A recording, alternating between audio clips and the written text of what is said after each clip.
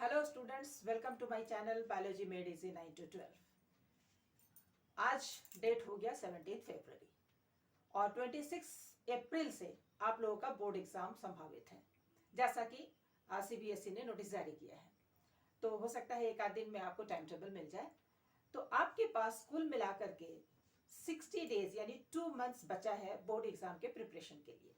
These 2 months are very very crucial for you people।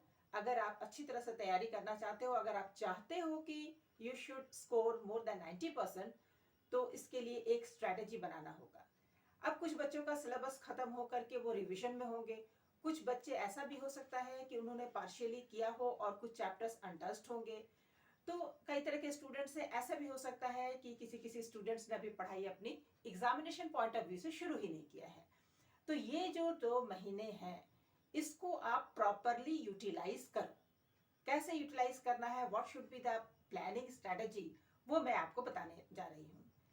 ऐसा नहीं है कि स्टैंडर्ड 8 और 9 में अगर आपके स्कोर्स 50-60% रहे हो तो आप 90% नहीं ला सकते हो। बिल्कुल ला सकते हो, और वो तभी संभव होगा जब आप प्रॉपरली इस 2 मंथ्स को यूटिलाइज करें। तो चलते हैं, इस बात पर बात करेंगे कि how to plan your studies so that you can secure more than 90% marks. So let's start. Hi, I am Kaushalya Bose. I welcome you in my channel और आज की टॉपिक है how to prepare for appearing in board examination 2022। तो start करते हैं। सबसे पहले देखते हैं कि पैटर्न क्या होने वाला है इस बार 2022 में। क्या पैटर्न होने वाला है? जैसा कि आप जानते हो कि सीबीएसई ने 2 बार टर्म लिया है, टर्म 1 और टर्म 2 आयोजित करने वाली है। तो टर्म 2 एग्जाम जो है वो होगा सब्जेक्टिव। क्लास 12 के लिए 35 मार्क्स और क्लास 10 के लिए 50 मार्क्स हो रहा है। आज मैं डिस्कस कर रही हूँ क्लास 12 के लिए। तो सब्जेक्टिव क्वेश्चन होंगे and the type of questions will be case और सिचुएशन बेस्ड क्वेश्चंस। दे मे रिक्वायर शॉर्ट और लॉन्ग रेस्पॉन्सेस। और 2 आवर्स के क्वेश्चंस होने जा रहे हैं, जिसमें 2 मार्क्स के 6 क्वेश्चंस, 3 मार्क्स के 6 क्वेश्चंस एंड 5 मार्क्स के 1 question. Total 35 and 15 marks practical में होने वाले हैं एंड मोस्ट प्रोबेबली फरवरी और मार्च में आपके प्रैक्टिकल एग्जाम भी कंप्लीट हो जाएंगे। बात करते हैं कि किस तरह की स्ट्रेटेजी हम बनाएंगे so that this 60 days, the 2 months will be enough for you for very good preparation. तो पहला पॉइंट जो हम लोग देखते हैं, विच बुक टू प्रेफर, किस बुक से पढ़ें। मोस्ट ऑफ द स्कूल्स में क्या होता है कि अलॉन्ग विद एनसीईआरटी कुछ रेफरेंस बुक्स भी बताए जाते हैं टीचर्स के द्वारा या स्कूल के द्वारा। तो वो जो मोटी मोटी रेफरेंस बुक्स होती है, बुक्स तो अच्छी हैं, बट फिलहाल एग्जाम पर्पज के लिए आप उसको एक साइड रख दो। आपको तैयारी करनी है एनसीईआरटी बुक से। किससे तैयारी करनी है? एनसीईआरटी, ये बुक होगा। इसके अलावा आप जो फॉलो करोगे दैट इज एनसीईआरटी क्या एग्जाम्पलर, क्वेश्चन आंसर के लिए ये होगा एग्जाम्पलर। ओके, इस 2 बुक में आपको स्टिक करना है। कहते हैं कि हाउ टू प्रिपेयर कैसे करें, जो हम पढ़ने वाले हैं उसको कैसे पढ़ें। सबसे पहली बात है, जो आप एनसीईआरटी बुक को प्रेफर कर रहे हो, चैप्टर वाइज आपको पढ़ना है। चैप्टर वाइज पहले तो आपको चैप्टर पूरी तरह से पढ़ना है। उसके बाद उसके जो की पॉइंट्स हैं, वो की पॉइंट्स आप फ्लो चार्ट के रूप में कॉपी में लिख लें, या फिर आप अपने टाइम को अगर और भी शॉर्ट करना चाहते हैं तो आप मार्जिन में पेंसिल से की पॉइंट्स को नोट डाउन कर लें, या फिर हाइलाइटर से उसको हाईलाइट कर लें। ये की पॉइंट्स या फ्लो चार्ट बहुत बहुत इंपॉर्टेंट है, क्योंकि जब आप रिवीजन करने जाओगे तो पूरे चैप्टर को दोबारा पढ़ना it's not easy task, it is very time taking. आपने पूरा चैप्टर पढ़ लिया, कॉन्सेप्ट आपको समझ में आ गया, तो की पॉइंट्स में ही सिर्फ आपका ध्यान जाएगा। आपको रिवीजन पर्पस के लिए बस की पॉइंट्स चाहिए, फ्लो चार्ट चाहिए। ओके, इसके बाद बात आती है कि आपने कितना चैप्टर तैयार किया हुआ है, कितना हाफ प्रिपेयर्ड है, किसके क्वेश्चन आंसर अभी तक बाकी हैं। उस हिसाब से आपको अपना टाइम टेबल यानी कैलेंडर सेट करना होगा। इस पर मैं डिटेल में बात करूंगी। और लास्टली है कि how to write in examination copy. जब एग्जामिनेशन हॉल में आप जाओगे तो किस तरह से आप करोगे। तो शुरू करेंगे यहां से। How to prepare. फिर बात करते हैं टाइम टेबल आप कैसे बनाओगे। What should be the strategy to prepare the timetable, और इसको क्यों ना हम कहें कैलेंडर।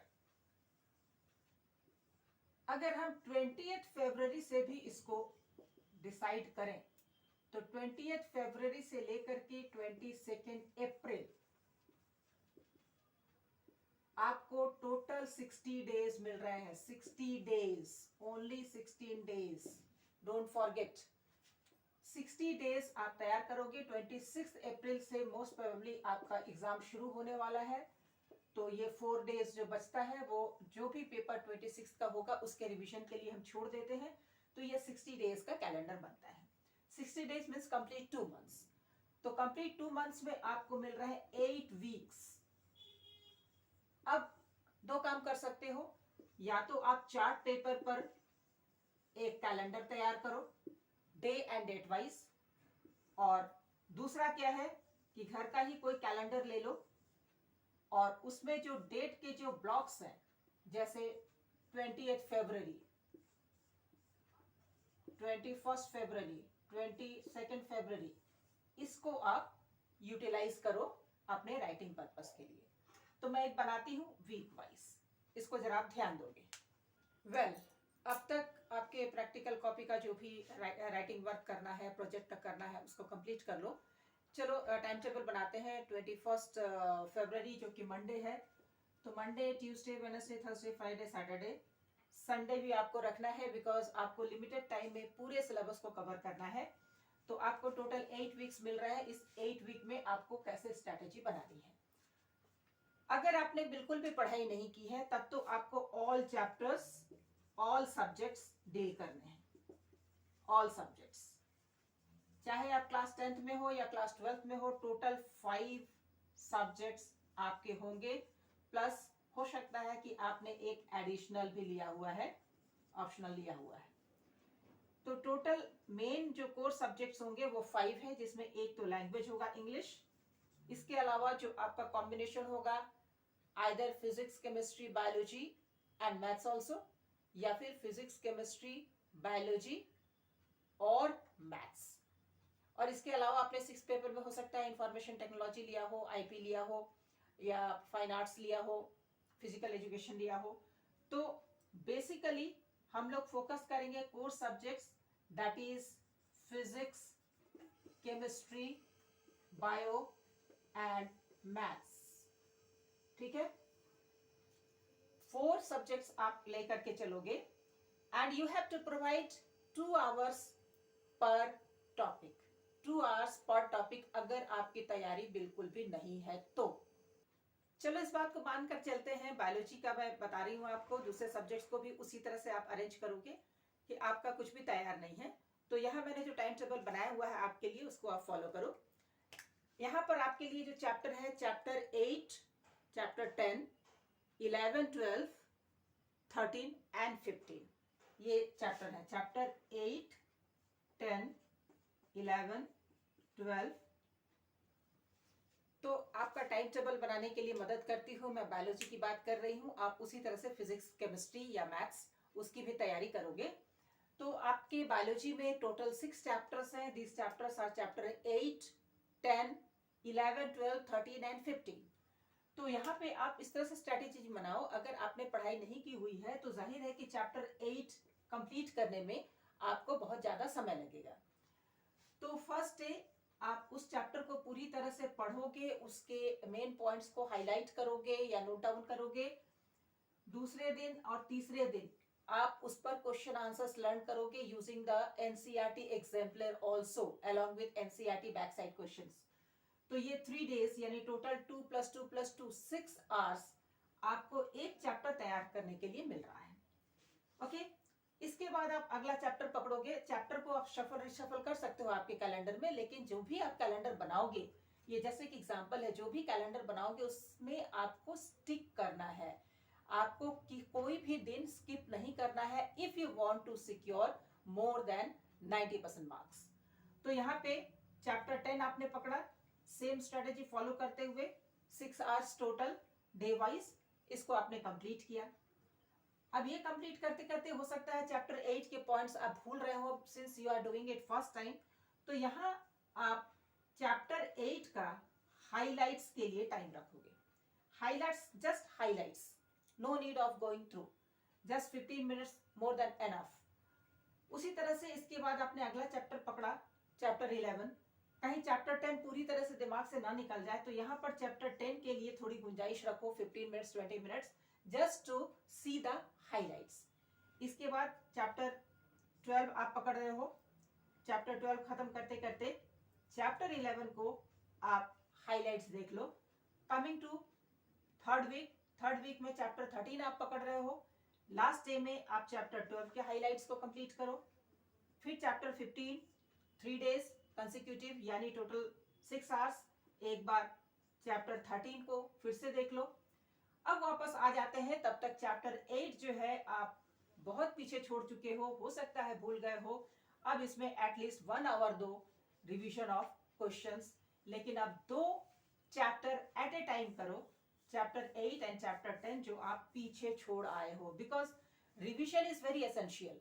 और रिवीजन जो है उसकी frequency in the beginning it may be the long, suppose आपने 3 या 4 डेज का उसका डिफरेंस रखा, लेकिन थर्ड डे में आप चूंकि उसका हाइलाइट्स देख चुके हो, इसलिए थोड़ा आपके ब्रेन में वो बैठा हुआ होगा, तो it will take less time. तो घंटे भर में आपका रिवीजन हो जाएगा। दोनों चैप्टर को आप रिवाइज करो, थोड़ा बहुत भूलते हो कोई बात नहीं, नेक्स्ट डे फिर आपका 3 टाइम्स रिवीजन हो गया। उसी तरह से चैप्टर 11 12 को भी अल्टरनेटली करो। अब इसमें अगर आपको लगता है कि कोई चैप्टर आपको बहुत अच्छे से लर्न हो गया है, तो उसके सिर्फ हाइलाइट्स पर जाओ, ये रिवीजन वाले क्लासेस में, रिवीजन वाले डेज में, और जो डिफिकल्ट लगता है उसका टाइम आप बढ़ा दो। बट यू सी, सपोज आपने थर्ड वीक के मंडे को डिसाइड किया है चैप्टर 13 के लिए, और इस दिन आपने पढ़ाई नहीं की, और या फिर कुछ ऐसा सिचुएशन हो गया कि आप नहीं पढ़ सके, तो संडे मैंने आपका लैग फेज में रखा हुआ है, संडे उसको यूटिलाइज करना है, क्योंकि आपके पास और कैलेंडर में कोई डेट कोई टाइम बचा ही नहीं है कि उसको यूटिलाइज करो। इसलिए मैं कह रही हूं कि कैलेंडर को आपको किसी भी तरह से स्किप नहीं करना है। अगर स्किप हो जाता है तो उसकी कोई गुंजाइश रखो कि यहाँ पर कंप्लीट करना है। इस तरह से आप टिक करते जाओगे कि जो जो हो गया है वो आप टिक करते जाओगे। रिप्लेस करना चाहो रिप्लेस कर सकते हो, you can replace but you can't miss. इस बात को आप ध्यान रखोगे, तभी आप उसको सिक्योर कर पाओगे। 7th एंड 8th वीक में आप सैंपल पेपर की तैयारी करो। सैंपल पेपर आप पहले भी मैंने इसका वीडियो अपलोड किया हुआ है, तो सैंपल पेपर को कंप्लीट करना है अच्छी तरह से। कुछ मॉडल सैंपल पेपर्स जो रेफरेंस बुक्स में मिलेगा आपको, उसको भी सॉल्व करने की कोशिश करो। एग्जाम्पलर तो आपको 6 वीक तक में कंप्लीट कर लेना है। एनसीईआरटी एंड एग्जाम्पलर आपको ये पूरी तरह से कंप्लीट करना है बाय 6th वीक, और पर सब्जेक्ट आप 2 आवर्स दे रहे हो पर डे। ओके, तो टोटल 3 या 4, अगर आपने मैथ्स और बायोलॉजी दोनों लिया हुआ है तो उस हिसाब से टोटल 8 आवर्स हो जाते हैं, और इन बिटवीन आपको गैप भी रखना है, तो टोटल 10 आवर्स की स्टडी पर डे हो जाएगी। अभी अगर आपका स्कूल भी चल रहा है तो शायद आप उतना टाइम ना दे सको, तो एटलीस्ट 6 आवर्स तो स्टडी में आपको रखना ही रखना है। 6 आवर्स रखेंगे तो division physics chemistry biology and maths के लिए 1.5 आवर्स हो जाएगा, 1.5 hours per subject per day. और एक बात बता दूं कि जब आप पढ़ रहे हो तो एट ए स्ट्रेच 1.5 घंटे या 2 घंटे, कभी कभी ये हो सकता है कि ब्रेन जो है फैटिग हो जाए and you are not able to receive the things. What to do? At least by 45 minutes or 50 minutes you have to relax. Relax कैसे करना है? आप बुक से हटो, बॉडी को स्ट्रेच करो, डीप ब्रेथ लो, अपनी आंखों को और फेस को ठंडे पानी से धो। लंबी लंबी सांस लेने के बाद आपको फिर दोबारा एनर्जी आएगी। चाहो तो उस 10 मिनट्स में कोई लाइट म्यूजिक सुन सकते हो अपने पसंद की, एंड देन कम बैक, क्योंकि इस कैलेंडर को मिस नहीं करना है। इसलिए आप ये नहीं सोचोगे अरे छोड़ो यार थोड़ी देर बाद कर लेंगे या आज छोड़ देते हैं, ऐसी टेंडेंसी होगी तो आपका ग्राफ डाउन होगा। ये 2 मंथ इतना ही इंपॉर्टेंट है, जिन्होंने पूरे साल पढ़ाई नहीं की है उन्होंने भी अगर इसको फॉलो किया है तो मैं दावा करती हूँ कि 90 प्लस लाएगा ही। कभी कभी ऐसा होता है कि जब बार बार आप रिवाइज करते हो फिर भी कोई एक टर्म या कुछ ऐसा डेफिनेशन या कुछ ऐसी बातें हैं जो आप बार बार भूल रहे हो, तो उसको बार बार आपको रिवाइज करना पड़ता है। तो एग्जाम के बीच में जो गैप है उसमें प्रॉपर रिविजन के लिए आप ऐसा करोगे कि उस क्वेश्चन के मार्जिन में, जो कॉपी में जो मार्जिन है या इवन बुक में जो मार्जिन है, वहां पर आप पेंसिल से उस पर्टिकुलर टर्म को, जैसे अगर बायोलॉजी की बात कर रही हूँ तो आपको कुछ साइंटिफिक नेम्स बैक्टीरिया के लर्न करने हैं। अब मैं कहूँ बैसिलस थुरिंजिएंसिस, अब याद नहीं हो रहा है, ओके, एगारोबैक्टीरियम, तो इन केसेस में क्या करना है कि उन टर्म्स को या जो डेफिनेशन आपको याद नहीं हो रहा है या फॉर्मूला याद नहीं हो रहा है, उसको आप मार्जिन में नोट कर लो ताकि पूरा नहीं पढ़ना पड़े, बस उसको आप बार बार देखो।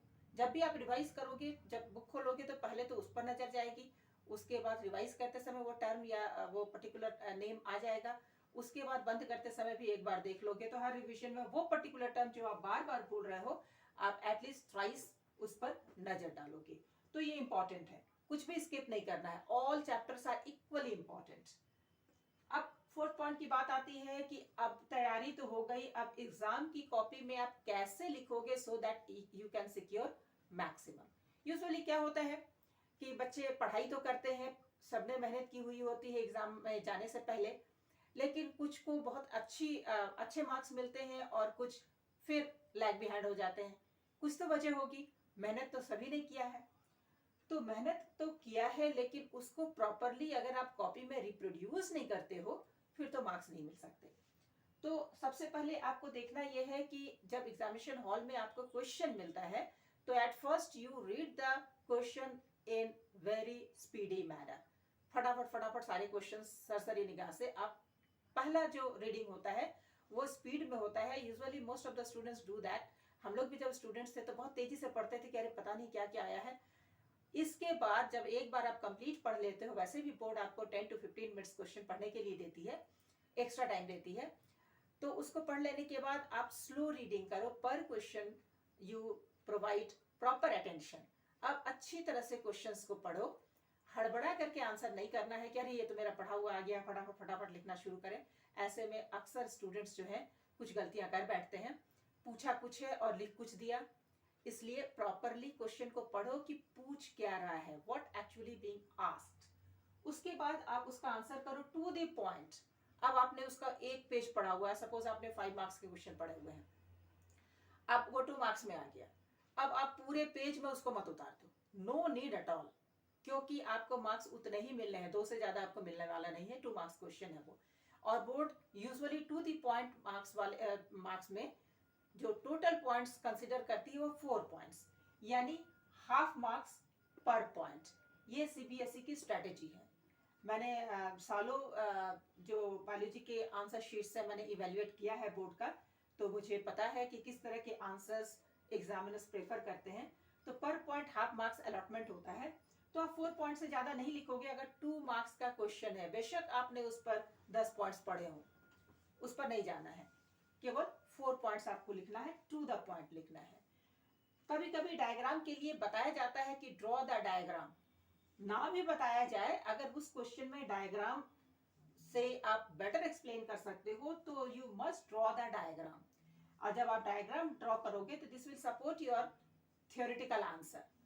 और डायग्राम जब भी बनाओगे तो you use coloured pen and label with coloured pen so that it will be properly distinguished. Different parts of the diagram जो है, जैसे मान लिया कि आप प्लाज्मिड का डायग्राम बना रहे हो PB322, तो उसके जो डिफरेंट एरियाज हैं, जैसा कि बुक में कलरफुल दिया हुआ है, आप वैसे ही बनाओ, that will be preferred by the examiners. दूसरी बात, जब आप पॉइंट्स लिख रहे हो या सब पॉइंट्स लिख रहे हो तो उसके लिए अलग कलर यूज करो, but in examination you can not use colour other than black and blue. तो ब्लैक से आप उसका हेडिंग्स लिखो, सब हेडिंग्स लिखो, बाकी ब्लू से आप एक्सप्लेनेशन लिखो। एक बार मैं फिर बता दूं, डायग्राम के लिए कोई रेस्ट्रिक्शंस नहीं होता है, यहाँ आप सारे कलर्स यूज कर सकते हो, बट राइटिंग पार्ट के लिए black and blue, only these 2 are necessary.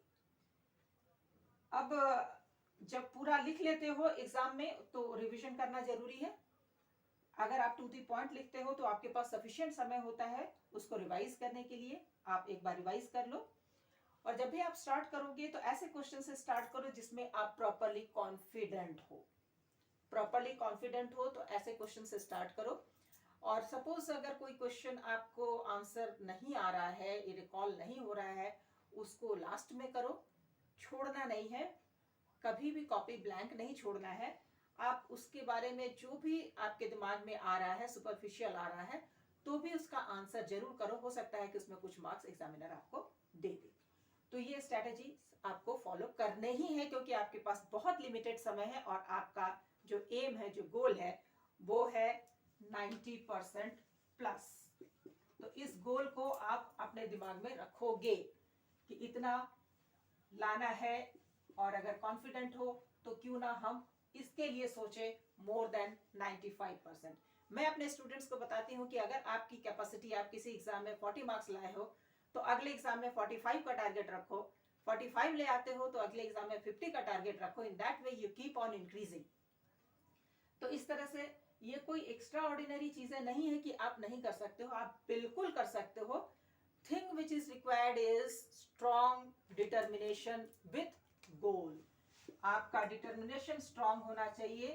ये स्ट्रॉन्ग डिटर्मिनेशन अगर आपने रखा हुआ है तो कोई भी नहीं रोक सकता आपको इस गोल को अचीव करने में। ओके, कुछ जनरल बातें जो आपको जनरल रूटीन में शामिल करनी है। जैसे सबसे पहले तो सोशल मीडिया से अपने को कट ऑफ करो। अरे 60 डेज की बात है, ये आपके लाइफ का जो बिल्डिंग पार्ट है। क्लास 12th में जब आप अच्छा रिजल्ट करते हो तो अच्छे यूनिवर्सिटीज में, अच्छे कॉम्पिटिटिव एग्जामिनेशंस में आप अगर बायोलॉजी लेकर के कर रहे हो, और अगर आपका एस्पिरेशन है कि आप मेडिकल में जाओगे, नीट के लिए प्रिपेयर करोगे, तो आपका बेस पुख्ता होना चाहिए। तो एनसीईआरटी का सिलेबस बेस होता है, उसको अगर आप एग्जाम में ही नहीं कंप्लीट कर पाओगे तो नीट में क्या करोगे? That is not possible. तो आप इस 60 डेज का proper and exact with calendar तैयार करो। सोशल मीडिया से आपको अपने आप को कट ऑफ कर लो। पैनिक नहीं होना है, बस कैलेंडर को फॉलो करना है। अगर किसी दिन मिस कर जाओ तो मैंने 1 डे रखा हुआ है इस 8 वीक के लिए, दैट इज संडे, जिस दिन आप अपने उस लेफ्ट ओवर पार्ट को कंप्लीट कर सकते हो। तो वहां पर आप नोट डाउन करोगे कि वेडनेसडे का ये पोर्शन मेरा छूट रहा है या कंप्लीट मैं नहीं कर पाया 2 घंटे में या 1.5 घंटे में, जो भी आपका टाइम शेड्यूल था, उसको मुझे संडे हर हालत में कंप्लीट करना है। तो no outside activities, no nothing to celebrate in these 60 days. बीच में होली पड़ रहा है तो उसके लिए आपको मार्जिन मिल जा रहा है, क्योंकि मैंने टाइम टेबल बनाया हुआ है 21 फरवरी से, और आज डेट है 17 का। तो ये सब फॉलो करो। अगर आपने अभी तक मेरे चैनल को सब्सक्राइब नहीं किया है तो सब्सक्राइब जरूर कर लो, ताकि मैं आगे इस तरह के आपको हिंट्स दूं कि आपका जो एजुकेशन लेवल है वो बेहतर हो, आपकी तैयारी बेहतर हो, और आगे अगर आपका नीट का प्रिपरेशन करना है तो उसके लिए भी मैं वीडियोस अपलोड करने वाली हूँ। Till then, see you.